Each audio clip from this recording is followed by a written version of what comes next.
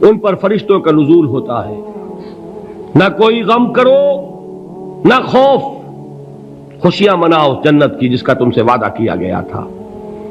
اللہ کی ربوبیت پر اطمینان جب انسان کو ہو جاتا، میرا رب اللہ ہے، ربی اللہ، انسان کے لیے نہ کوئی کھٹکا، نہ کوئی خطرہ، نہ کوئی خوف، نہ کوئی حزن۔ جو کچھ ہو رہا ہے کس کے اذن سے ہو رہا ہے؟ اللہ کے اذن سے۔ اللہ کے اذن کے بغیر پتہ تک نہیں ہلتا۔ یہ کوئی اندھا بہرا مادہ نہیں ہے جس سے مجھے کوئی خوف ہو۔ اندھا بھینسا چلا آ رہا ہو اس سے تو ڈرنے کا ہر انسان کو ڈرنا چاہیے، نہ معلوم کس کو ٹکر مار دے۔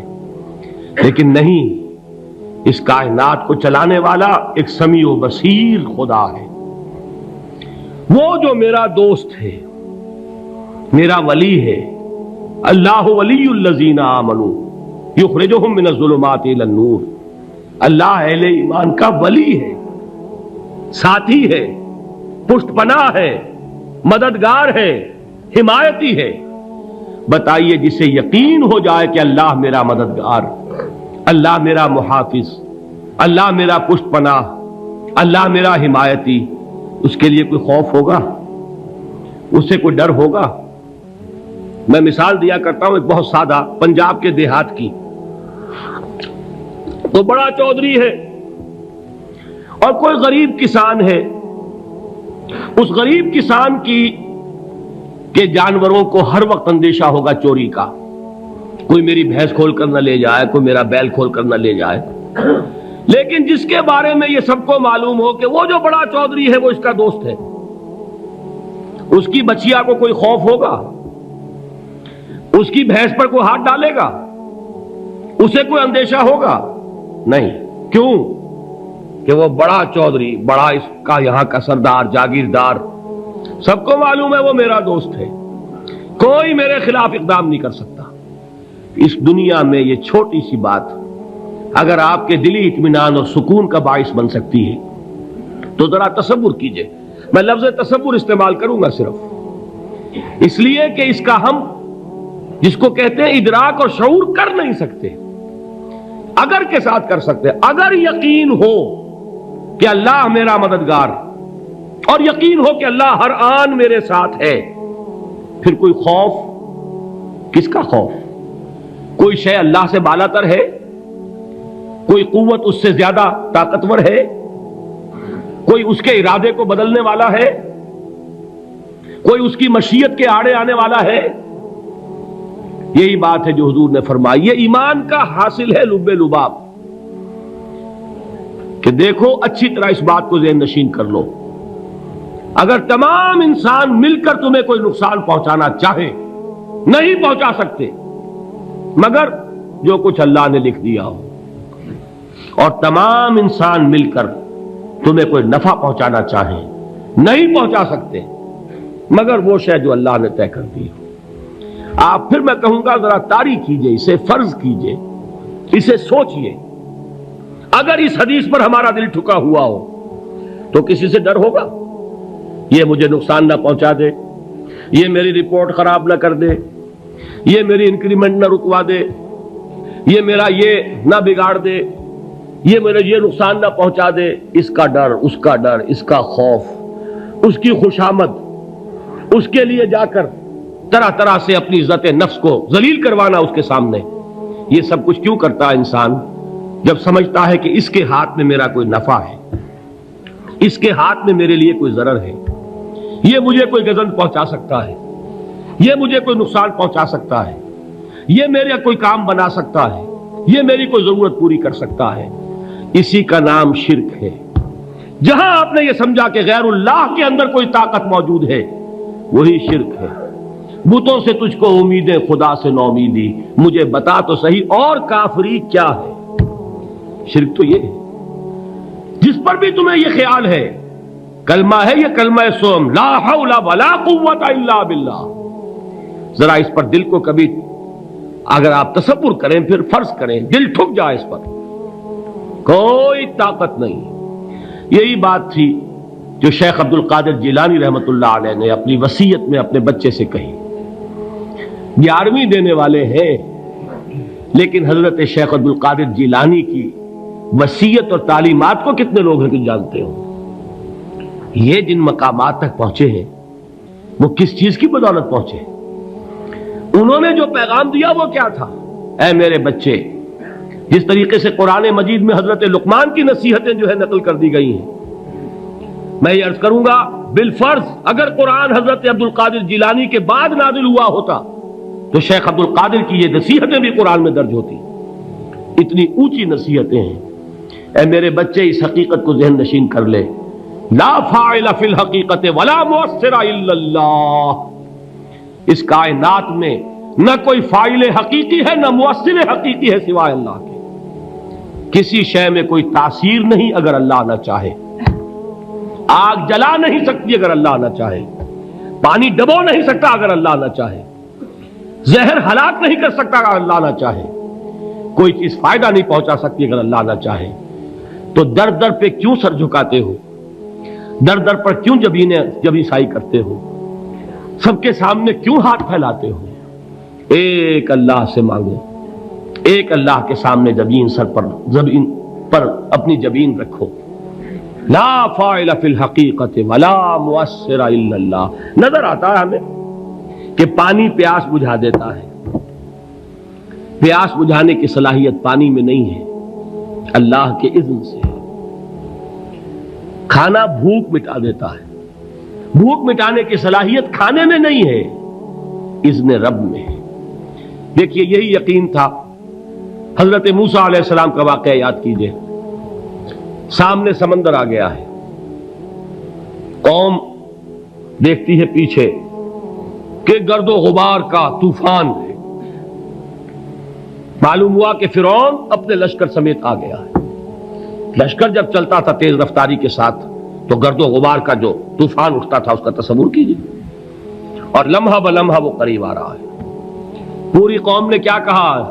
اے موسیٰ انا لمدرکون، اے موسیٰ ہم کو پکڑے گئے۔ قرآن مجید نے تو یہاں وہ باتیں نہیں لکھی ہیں، لیکن تورات میں یہ درج ہے کہ بنی اسرائیل جھگڑنے لگے، دست و گریبان ہو گئے موسیٰ کے ساتھ۔ موسیٰ ہمیں یہاں مروایا لا کر، اس سے تو ہم ہی بہتر تھے، وہاں کھانے کو ملتا تھا، زندگی تو تھی، بیگار ہم کر رہے تھے، موت تو نہیں تھی۔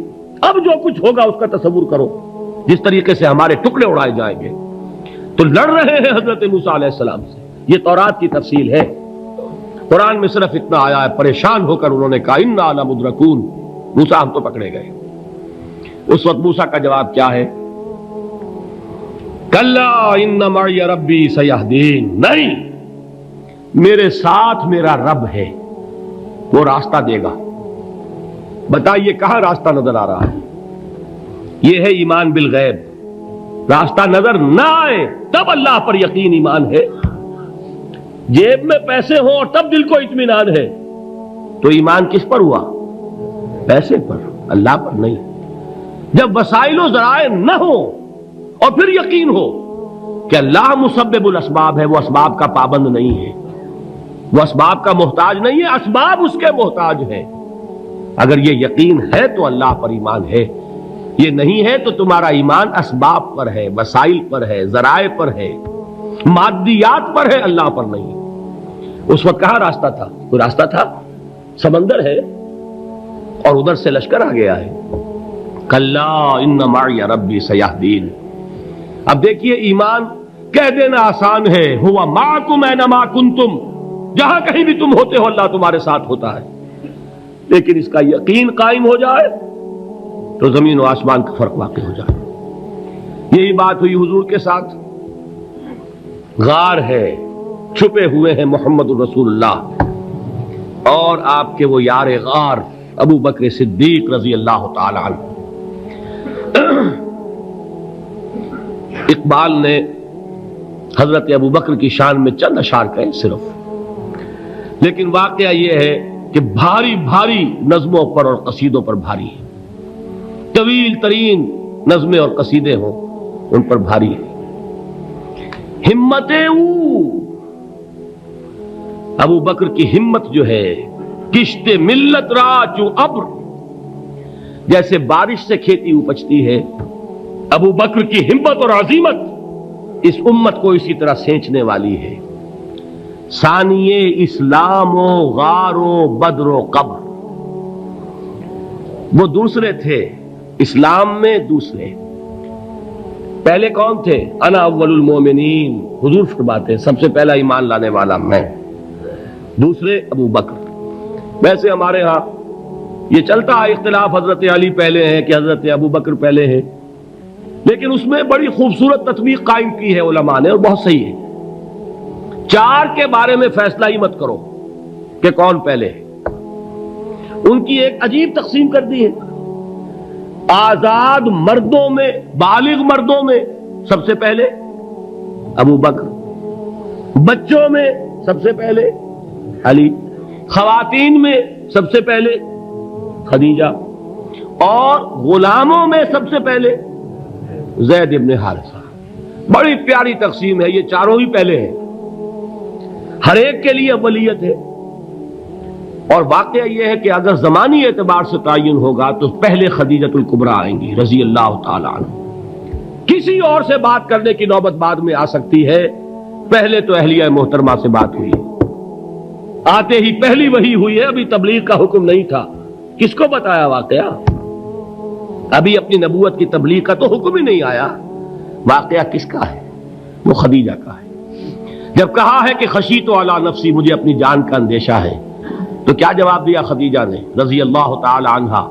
وہ صدیقۃ الکبریٰ ہے۔ صدیقات جو ہے خواتین، ان میں چوٹی پر خدیجۃ الکبریٰ ہے رضی اللہ تعالی عنہا، اور صدیق جو مرد ہیں ان میں صدیق اکبر ہے ابو بکر صدیق رضی اللہ تعالی عنہ، لیکن صدیقات میں چوٹی پر۔ جب حضور نے فرمایا خشیت علی نفسی، کیا فرمایا؟ کیا عرض کیا؟ کیسے تسلی دی؟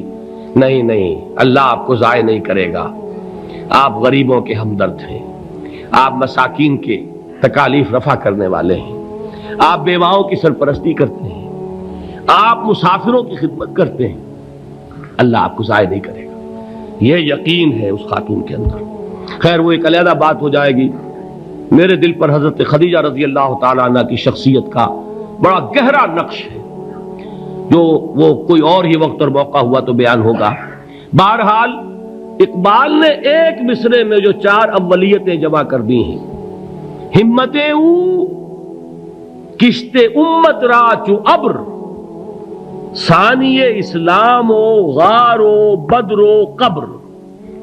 اسلام میں حضور کے بعد پہلے کون؟ ابو بکر۔ غار میں حضور کے ساتھ کون؟ ابو بکر۔ بدر کی رات اللہ کا رسول سربسجود، وہ جھاڑ، وہ گھاس پھوس کی جو جھوپڑی بنائی گئی تھی، اور وہاں تلوار ننگی لے کر پہرا دینے والا کون؟ ابو بکر۔ اور اس حجرہ عائشہ میں محمد کے بعد سب سے پہلے دفن ہونے والا کون؟ ابو بکر رضی اللہ تعالی عنہ صلی اللہ علیہ وسلم۔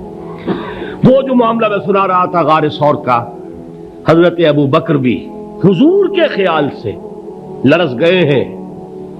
آپ کو یاد ہوگا کہ جا کر پہلے تمام جتنے سوراخ تھے انہیں بند کیا ہے، ایک سوراخ رہ گیا تھا جس کو بند کرنے کے لیے کوئی کپڑا نہیں تھا، وہاں اپنی ایڑی رکھی ہے، تب کہا ہے حضور سے تشریف لائیے، اور اپنے زانو پر حضور کو لٹایا ہے، اور وہاں کسی موذی جانور نے کاٹا ہے، حضور کی آنکھ لگ گئی تھی اس وقت، اس بل کے اندر جو بھی بچھو ہے کیا ہے واللہ عالم، اس نے کاٹا ہے۔ اس کی تکلیف کی وجہ سے ابو بکر کی آنکھوں سے آنسو ٹپک گئے، حضور کے چہرے مبارک پر پڑے ہیں، تو حضور جاگے ہیں، معاملہ کیا ہے؟ ایڑی نہیں ہٹائی وہاں سے، مبادا وہ جانور وہاں سے نکل کر محمد الرسول اللہ کو کوئی گزن پہنچا دے، ابو بکر کی ایڑی ہے، جس طرح چاہے کھا لے، ختم کر دے، جان نکل جائے تب کوئی آنچ آئے، محمد پر تو آئے، لیکن جیتے جی نہیں۔